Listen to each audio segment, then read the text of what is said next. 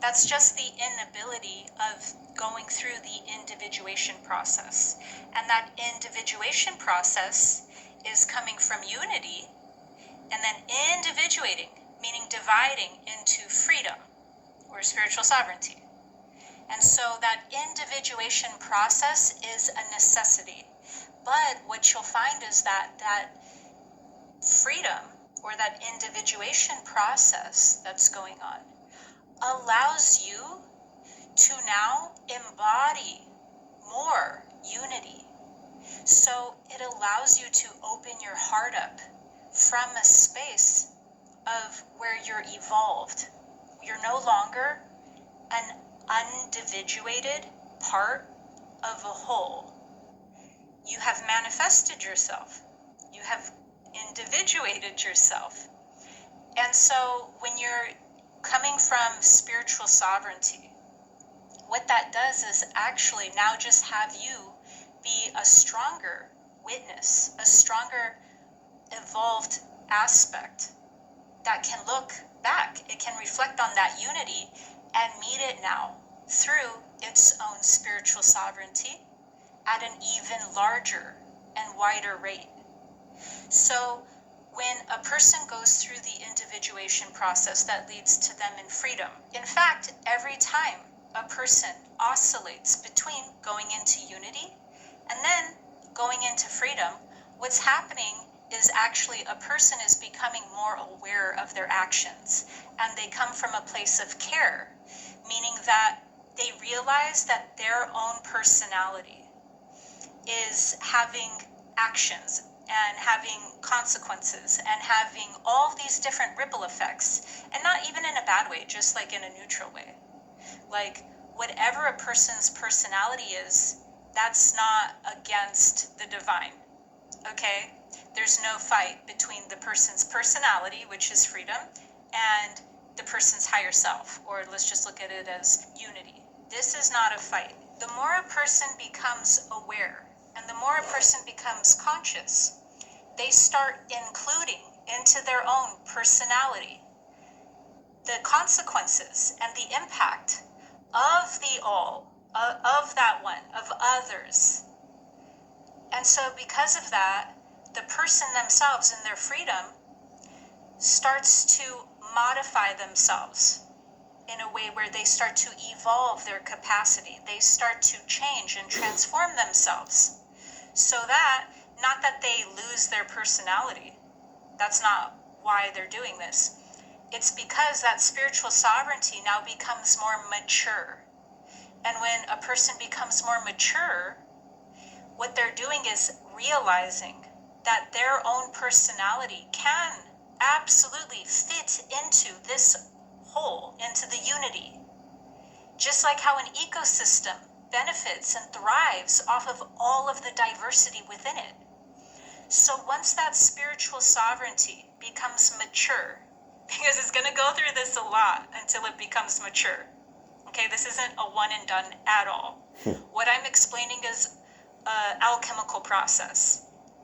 So the more a person's freedom starts to develop, it starts to grow into more than just freedom.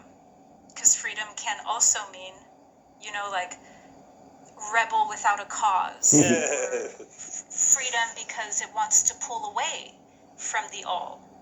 And all of those are fine. Those are even milestones in consciousness. But once that freedom of a person's own individuation process is used to reflect back on the unity, what happens is now there's a push and pull, an alchemical process within the person that takes place, which goes, wow, is my own personality and its programming, whatever its programming is, because there's so many different ways that the person's personality or ego gets programmed. So now it will reflect upon the all and go, is my programming even serving anything other than my programming? Is my programming just serving me so that I can feel very esteemed and validated in my own self-concept? Or is my personality actually expanding and serving other people, into serving the now unity. breaking away from the actual programming and evolving and transforming itself into spiritual sovereignty. So you need sovereignty. This is key. If you don't have spiritual sovereignty, you're just programmed. We could even look at it this way. If you're just in unity, you are just in the programming. Because this unity without the opposite side of it, its counterpart It's like the of Borg. freedom, is just hive mind. That's it. See, she It's a said it lower before she said it. aspect of true I'm just oneness. listening live with all of you guys here. It's even, we could look at it as the shadow side of oneness, because a hive mind mentality. See, when you're sort of, sometimes to see a video like Sorry, this, you Amita. have to be in meditation mode. Right now, I was just tuning in and seeing that she's a true teacher. It's not because she's on Gaia, it's not because she's popular, it's because what she's saying, if you follow, sometimes it's not easy explaining spiritual concepts. You have to be partially evolved to even understand them. So that's all I wanted to say for now. Is the shadow side of oneness. So it needs sovereignty, because not only is sovereignty linked with being able for a person to discern and to break out of their programming, you'll need that individuation process. But also, at the higher levels of this alchemical process, spiritual sovereignty actually is also how we access our Dharma. Not everyone has the same Dharma, which is why it's called Dharma. So because of that, Dharma is equated with our purpose. Purpose is almost like an energetic signature. It's kind of like a fingerprint, right? It's something that your whole soul's journey has gifted and tailored and designed itself into certain gifts, certain natural I got a lot of gifts and already. certain attributes. So a person who's becoming unprogrammed through going through that individuation process, after many rounds of this, they start shedding their hive mind mentality. They start shedding their programming. And that's when you'll see a person's natural purpose come through. Not whatever the ego's conditioning and whatever the lower mind's own egoic desires or just hopes and fears are. So once a person goes through this process of spiritual development, what you'll see is that the person becomes spiritually sovereign to a certain degree, because it's always going to be able to expand and evolve. Point. But spiritual sovereignty, let's say they start accessing it and they start running that energy through them. That spiritual sovereignty is how a person accesses their purpose and accesses their Dharma. And guess what that does? That contributes positively towards the all.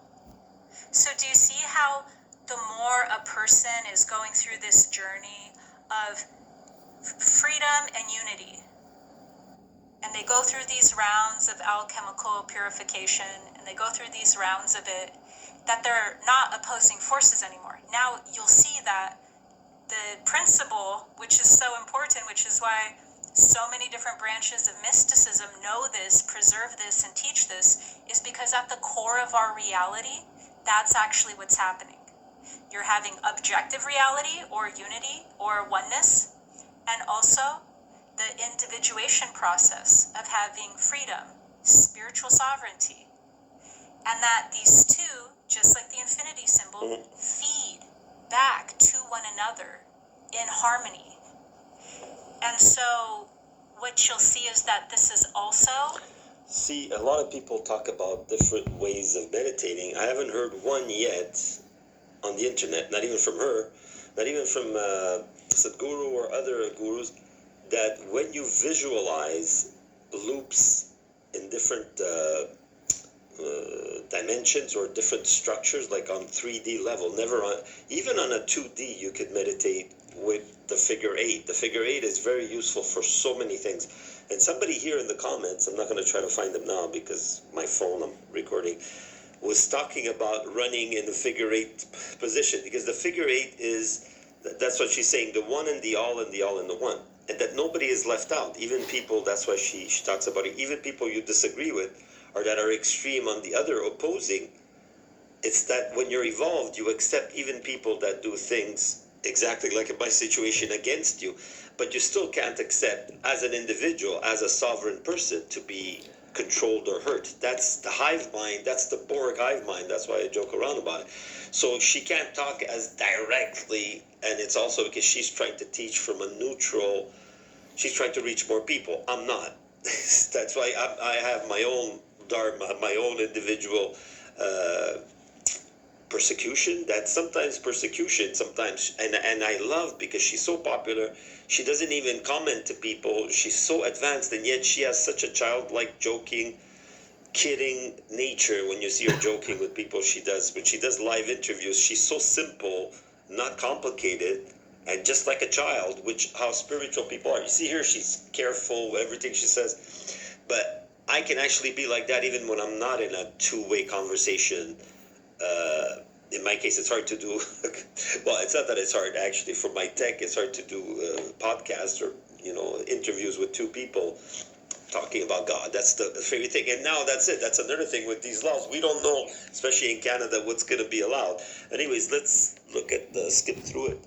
What you'll see is that this is also represented in the symbolism of two serpents that are twisting up and down, twisting up and down. What they're also displaying is the fact that one is freedom, one is unity, and that the journey is really harmonizing and balancing them. Because once again, they could be out of balance. I am not saying right now to consider everyone. That could really become neurotic if it's not coming from a truly discerning space from the person. So this isn't about just applying things for the sake of applying them. That would be called dogma. Yeah. Instead, just recognize how these two forces play out in your life. And instead of trying to hyperfixate or be neurotic about how to make sure that every single person is considered inside your actions, instead, just realize the impact and the ripple effect of your own personality. The butterfly effect also. On the collective.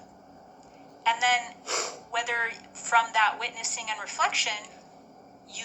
In other words, if I want to go with my teaching, if I were doing my own video, I'm just like doing little commentary and refocusing back on teaching people even through, and people know I teach through my persecution. I have no choice. I'm violated and persecuted every day, so I have no choice but to explain and teach through example. And sometimes I risk provoking on a materialistic, polarized way. Obviously, I'm not going to say the three parties that I usually mention, because I'm trying to focus on just my spiritual side, and even looking at my suffering as something that is, if it happens, what they say, shit happens. If you're in a situation, you have no choice. And she's been very much in sync with the anointed, and she goes, one clear way to know if someone is advanced spiritually is if they're persecuted. So it's what you don't like the most, because it forces you to have to deal with your demons. I could simply say right now, while there's so many evil people around me, I'll say it simply without being triggered. I could do that, but sometimes I am polarized and doing videos in a triggered way, not because I can't be like her, even under these extreme persecuted, triggered states, but it's because I give in to those states to live. It's almost like right now, I still notice luxuries, I still notice social, I still enjoy people's company. Yesterday I went out a little bit, I won't say it doesn't matter, and it was even for a reason that has to do with my dwelling. And people know, I guess, if they know where I live, and if they know more about me than just my general what I say when I'm in a triggered, I guess I could be triggered too, but it's all by 3D. It's all triggered by persecution, by suffering, by the violation of my body. Everything else, I'm in the same state as her, or even, that's it. It's not about competition. It's just that I just know that everybody is accepted, even people that on 3D, we have to contest their procedure. Just like she was saying in a part of this video, people that are materialistic or the demiurge, or they don't like that spiritual sovereignty thing. They want people to be a hive mind, but in a Borg negative way. I forgot to record that part because I sometimes I skim through it even already. So sorry about that. I didn't make you hear that, but yeah, she talks about that. But anyways, I'm gonna just close it up since I managed. It's 19 minutes, but I only put 16 minutes. I think I I go on started and on, make like she's saying in that loop. You are the one, the objective reality, and you are the individual, sovereign, free reality. But when you're not really free is when you have to think of your freedom as to adapt to another person's version of what organized hive functional society, because laws and rules, there is a minimum need for them, but there's way, they say, oh, we cut down jobs of civil servants. There's way too many rules that are not necessary, because if there would be a barometer, if there would be a compass, just like they have the GPS, if there would be a natural GPS and compass to what's right or wrong, you could cut at least 50% or 3/4 of all laws and statuses of codes, civil codes, criminal laws, now all these bills that are coming up, all of them could be thrown away, and some of them should, and some of them must soon, or I think there's going to be a revolution, because they cannot be accepted. When someone says, I'm going to punish you out of what I think out of my derriere, that's what they're saying with Bill C-63, with the future crime. It is just, I don't know how people could even debate certain parts of Bill C-63, which is 80% of it. Bill C-8, C-9, taking away someone's freedom to communicate. You cannot explain that. Even if the person would have cut up a whole group of people and ate them up. I don't want to try to criticize which kind of wars that are not wars right now that are horrific, or that are sort of not talked about that much on the news anymore. But it's, even if I don't give examples, the crimes you would have to do to have these laws of C8, C9 imposed on someone, my God, even if you want to say, oh, I think that person's is so unstable that one day you'll do something bad. You can't predict that. You are not a psychic. You have no sovereignty. Anybody that I saw right now do these laws and even talk about, even the people that try to contest these laws, they have no moral or mature spiritual evolution. People that are evolved spiritually, you look at their eyes, you see them talk. In those decision making. If you don't see that she's not a human being, she's not a person, she's not there with ego, there's no ego in her talking. Right now, my voice, doesn't matter if there is no ego, zero.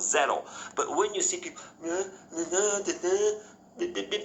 my God, if you see, when I hear people on the phone, it's not about being strong. They could be like, yeah, okay, but you see it's weakness, even when people are like, conflicting with me about all these videos or situations, and I don't want to bring back all the situations and dealings I had. It's always some kind of like, you sense the weakness, like they're even being tough or verbally tough or whatever kind of nature that they're doing is fake and weak. That's all I see in everybody, and it's not because I'm stronger physically necessarily, which of course, being spiritual, it helps you at whatever state you are at of health and age. It makes you like at least 3 times more strong than a person that hasn't awakened, that because you're connecting with the energy that makes even rocks, never mind human beings. You're connecting with the energy that is conscious, that is everywhere. So of course you have less fear, or it's not that you have no fear, you don't pay attention to it.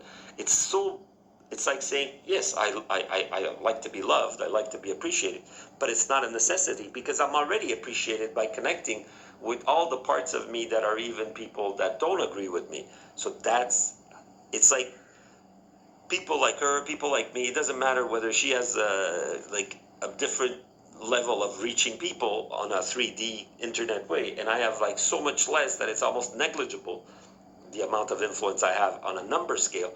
But the frequency is the same. I bring truth to people. I bring, especially that people thought I was saying, oh, if something happens to me, I want people to be on the streets revolting against why I was persecuted and hurt that way. No matter what, it's going to further punish me or end my life. It's not life, it's end my fragile meat suit.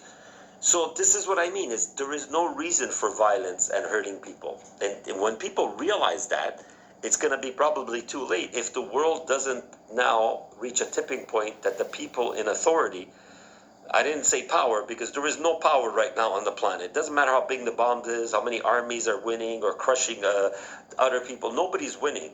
If you look at the wars, nobody wins. Nobody ever wins. It's an endless cycle, like the figure 8. Except when you do it within you and with consciousness, you never hold on to any kind of hate. You can't. I've tried because I have good reason to hate a lot of people. People know you can't hold on to hate because it makes you weak. I don't know. I'm just saying. Decision makings in those contemplations or not. And that's really the best first step and the strongest step to being able to start consciously participating in this. I say consciously because we are already participating in this process, whether we know it or not. The real meaning. Sometimes when I'm in a polarized way, and this is like a teaching, sharing, commentary. When I looked at her video yesterday when I was busy and I didn't have time to go into my frequency of my heart chakras or all of that, I said, oh, well, she's just repeating some things. She's not being daring enough. It's not a lot of verbal information that could guide or teach people. I wasn't criticizing. I was just getting that ego transferring the vibe. But then when I started just calming down, forgetting my persecution, forgetting my triggered state, and just listening to her voice and her eyes and her energy, because even through video you can feel, then I started not forgetting my problems or physical challenges or physical dharma, but just you realize that words are not words, it's the energy behind them. So this is what I'm trying to tell people. My voice is getting closer and closer, not necessarily to her, but to a similar meditative. As you teach, the word is the frequency and the info. When the word is the frequency and the information, that's how you know the person is a chosen one. The fact that we're brainwashed into saying a chosen one will never say he's a chosen one. A popular person will not say I'm popular. I don't care if I'm popular or not, but I know that what I'm saying is important, and I know that I'm special and loved. And even if every person on the planet consciously says they would hate you, when you're in tune in meditation, you know that it's a lie or it's a conscious decision to hate someone, but subconsciously everybody loves each other and everybody understands everybody. If not, all the spiritual people in the world right now, funny, like when the police says, you're lucky you're spiritual or else you'd be in trouble. A lot of people would be in trouble. If I had a mind scheming as the people that hurt me, and sometimes it slips out and my ego says, oh yeah, you come near me, I'll hurt you, police. It's not that I'll hurt you, it's who cares who comes near you to hurt you.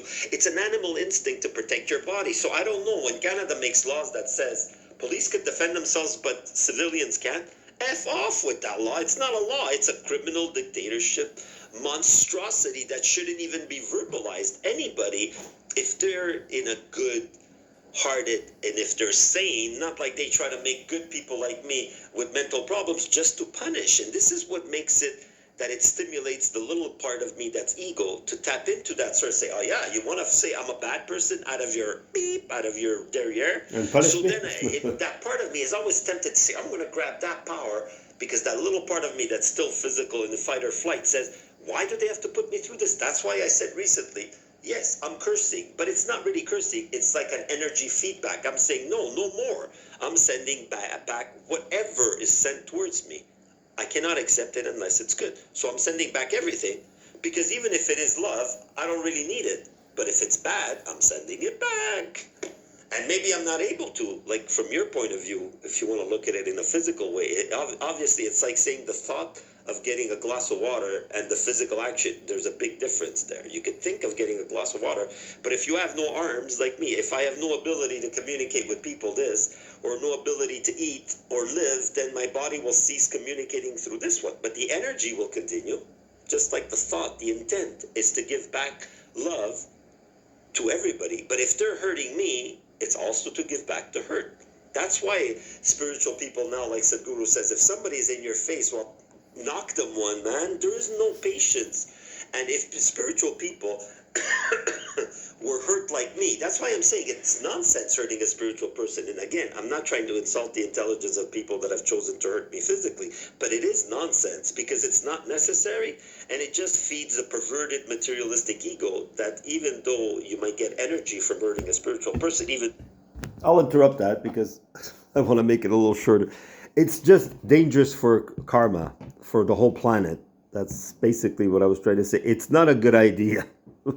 And again, it will be what it will be, but everybody, there's consequences. She says it, every time someone steps into a certain frequency and a certain butterfly effect, that's why I said, I noticed that there was no difference between my spiritual, biological synchronicity of my chakras, my heart chakra opening.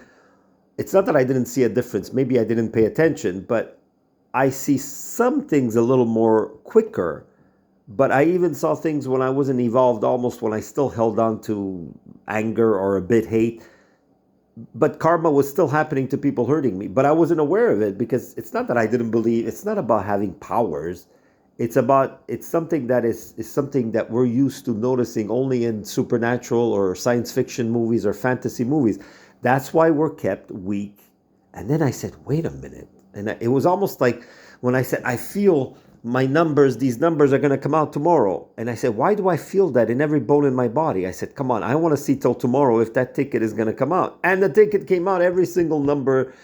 It was out of combination. How could it's like saying for sure that was a psychic prediction? There is no doubt about it. If I give you here 3 combinations, this is one, this is another one, and this is another one, and you look at them and you get something like that intuition, like when someone looks at you and is either nervous or positive or negative, and you feel it, and then the day after it comes out. What else can it be? It's a premonition. It's a predictive psychic ability. So this is what I mean. People don't pay attention to that. Unless I would have done training, nobody would have shown. I had a dream that every second of that dream, and then I was so traumatized, I blocked it out from my memory. I was like 11 or 12 when I had that dream. Something like that. I don't want to get into that, but it happened like spot on. And when I see this, people should be, I'm not saying quaking in their boots, but yeah, if somebody tells me they had dreams that came true and they predicted a gut, I wouldn't mess with that person, even if I am one of those people. It's like saying, right now, all the nuclear bombs on the planet, nobody wants to use them because they get it back. When you do something that's real power, and on 3D, nuclear energy, or even CERN, I'm concerned about CERN because it will slap you back in the face. That's why I can't hate. That's why I can't do witchcraft. Just thinking about it gives me like a nauseating danger feeling, more than when they hurt me and when they let's say when they broke the door and slammed me to the floor. I feel much more fear just thinking of cursing. That's why when I said cursing, it meant cursing back whatever you're doing to me, like reflecting. It's almost like Aikido or Taekwondo, or not Taekwondo, Judo. It's a way of shifting, because I don't deserve torture, police. So again, I may seem triggered. I'm just trying to teach. Of course, I don't like to suffer. Not in this body, obviously, because I am suffering and I am seeing my doom, because all these things are. But then again, is it doom or is it awakening? Is it going to be something so dramatic if I keep being hurt that you're going to have to say, wow, we shouldn't have done that? Or is it just going to mellow out and say, well, okay, let's shift away from ridiculous torture or things like we see in wars when it's genocide and not a war, and nobody, don't talk about it. It's like, of course, I don't want to keep propagating the genocide or propagating Montreal Police and Apopex did something horrible to me.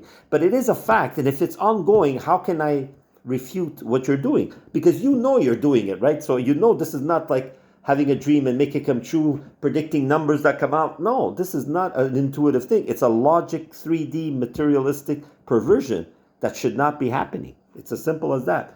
So I'm sorry see, this is what I mean. I teach spiritual, but then I get a bit that I have to teach through my individual dharmic, horrific persecution. Do I have a choice? Until you make me focus on teaching and being more balanced and cooperative with the system, whether it's going to change to improve or whether it's going to get more dystopian or more utopian, I feel it's going to get more utopian. I'm just saying. But I don't contest the dystopia unless it breaks my bubble, unless it infringes about my basic freedoms, which it has so much. Like again, if I were polarized, I'd want to do some kind of extreme revenge, even make a nuclear bomb and making Montreal blow up. I am not scared to say it because I don't have intent to do that.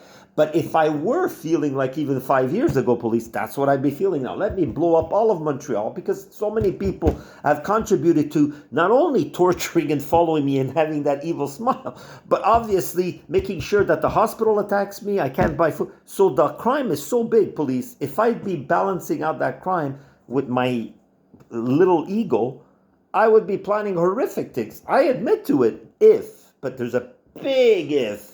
Big. Remember that thing with the when he was fighting a kangaroo, Scrappy, not Scrappy, what was he called? The little Sylvester, Sylvester the cat. So, anyways, he thought he was fighting a mouse and said it was a kangaroo. So he goes, big mouse, big difference between me wishing to blow up Montreal and me saying it is possible that it's really going to blow up. And it's because I forgive all the horrors against me. I just say, whew, and I give them back to God and back to the people doing them to. So that's what will happen. And I just hope I don't convince you guys by saying the TV, oh my God, Russia sent a missile and made a mistake. It's falling on Montreal. I'm exaggerating to prove a point, to be dramatical, to teach. No anger here. But I'm trying to tell you, police, how much you triggered. When a person is sovereign and is hurt physically, there's no logic into what we see, the stories of saints and martyrs. That does not exist. Just like saying what you see on TV, there are superheroes, but they're nothing like on TV. That's why TV brainwashes us. It gives us a little truth, but it modifies our perception, so we don't even see when there's true good people, because we label them buffoons or people that, oh, you can't toot your own horn. You're damn well you have to toot your own horn. That's the opposite of what's happening when you have to be voted in at all those America's Got Talent, Canada's Got Talent. Yes, it's true that there are norms and standards in music and talent. But if you're happy and you're personifying an energy, even if you're like, they show, even there, they show some people that are handicapped, even if you're coming from a point that you're not doing something that competes that much with other people, but you're doing it expressively and very organized and it's entertaining, then it's valid. So even if you're not winning on those shows, you winning to yourself. And sometimes people say, oh, that's just something that you say to losers. Like, who saw that Liar Liar, that show with Jim Carrey? And they say, oh yeah, is it true that ugly people, that was the most horrible movie that he did. The theory of it, not that he made it fun, that movie, but when they said, is it true beauty is only with it? No, that's just something ugly people say. He was saying the truth, but it wasn't the spiritual truth. The spiritual truth, even if you're ugly and you want to kill the whole world, you're still beautiful. That's the truth. It's sad, but like she said it, she goes, don't become neurotic on accepting everyone and trying to respect everyone. But you have to. But theoretically, but physically, when you do crime, that's why I said, these people are doing crime against me. That's it. There's no doubts about it. I pass a polygraph. I pass any test to prove everything I've said in every video. So again, Apopex Police, if you choose to organize a corrupt witch hunt to further punish me somehow, I'm not suggesting you do it at all. But it's a choice. It's a choice. And just like I chose, like they said, you sure you want to make a complaint? That officer, I wish I could have a nice conversation and say, yeah, you were right. You tried to warn me in your own way, but you should have said, it's better you erase those videos because we're going to make your life a living hell. That would have been more honest, police. I would not have made a complaint. I would have said, yeah, and we could have avoided all this. But then again, would the police force have grown? Would they have seen the timing of when you slam me to the floor and you slam someone else and you killed them, and recently you killed another person? It would have happened maybe, or maybe not the same. But this is what I mean, is you cannot turn back time and say, if I would have done this and that. Hindsight is always 20/20. But then again, are we trying to frame little individual situation, or are we trying to grow and live in the present and live a more visceral, a more smooth, non-confrontational, less stressful life? But then again, people say the government, that's what they like. They like keeping us stressed and not meditating because that's what they fear. So then again, there's a conflict there. There's always a conflict on 3D. So I'm really talking a bit to the people that are interested, whether they're people that are sort of still in a technical conflict or past conflict, because if people want to end any conflict with me, it's done. Whatever compromise I would have to do, it wouldn't be putting myself in a gulag and saying, yeah, I want to leave from here. It's no more the same, Apopex, about me leaving here and having no more problems, because you are global. I think I can't go to Europe. But if I don't solve the problem with the police, somebody said, whatever, I don't want to say, make your passport, maybe you can go on vacation. No, there is no passport for me until I solve the problem with the police, because I don't want to be arrested or tormented somewhere else, whether on vacation or if I want to move to Europe, let's say if I win a few bucks. If I don't solve this problem with you police, I'm not going to trust that I go anywhere. So, and I'm going to keep, yes, even if it stops the visual one, if I don't trust, if you don't give me any signs that you're even going to help me in some ways, especially get out of this targeted system, I'm going to meditate every day. And this is not a threat, it's a promise. Every day I'm going to wish whatever happens to me that has even a little bit of negative, I'm going to pulse so much bad karma that for real, there is going to be maybe even a nuclear war on the planet. And it's going to start not only in Canada, but in Montreal. And I am admitting to it. If you want to punish me and jail me for saying that, but it's not out of hate. It's out of to teach people how one is all in all is one. I'm not saying I'm going to succeed. I'm saying I know I'm a chosen one. I know I'm connected. The rest, if you want to believe I just spoke out of my derriere, like I say that the law is against me, anything that has been done on paper against me is a total lie bullshit, yet it cannot get contested. What I say that I have all proof gets ignored. So you see that there's something wrong here, and it's more than the things we see on the news for the economy and other bullshit they do within each other in politics. That's minor bullshit. It's big because it taxes people and it leaves people vulnerable. That's bad. And it leaves people having no housing, no food there, or hardly any. So I hope people understood, and I hope people understood I'm not trying to trigger. Though I may have done it, like the alchemist says, it was not my intent. My intent is to cooperate as much as is possible and to be in a non-confrontational, non-violent state. After that, any conversation, that's why they're saying Bill C8, C9, it stops the conversation. It stops the theories about, even though religion, I think, is, I don't want to say stupid. I think religious dogma and orthodoxy are the same thing. So if you would have made a law against orthodoxy and dogma and religion in a real way, I would have accepted. But you're going to target people that are honestly trying to awaken. That's what I fear, Montreal. Beyond targeting me, police, I think you're going to target people that want to awaken people to their power and sovereignty, because you don't like free sovereign beings. No one that wants to control and manipulate likes that. But you have to know that there is a balance. And if you break that balance, spiritual people are not like the ones that became martyrs. We're not becoming martyrs so easily. I may be forced to be a martyr. I prefer to be a martyr than to be unknown and got off the internet and die, an unknown person that was violent and crazy. That's how you're going to write it. I know that already. There's no doubts. But don't doubt that everything you have done, everything you are, and everything you will do will be not punished necessarily, but will be reciprocated with the equivalent or greater energy. This is the flow. This is the flow. Just like when I saw that number that was going to come out the day after, I didn't know why, but I felt it. This is how I feel, police. I could be wrong. I am not claiming any religious or spiritual right. I am just feeling and teaching what I've learned, and the frequencies and the statistical proof of the events, even the earthquake. I was speaking about things like that. Now there's one over 7 points in Canada. Usually Canada has no earthquakes, not more than 3-4 points on the Richter scale. So 7 points, that's pretty big. There was one in Japan now or somewhere that was 7.6 or something. That is pretty high. The planet is alive. We're all alive. Even atoms, even rocks are alive. We're all a big family. Why make the experience of consciousness in these meat sack experience systems, why make it so difficult?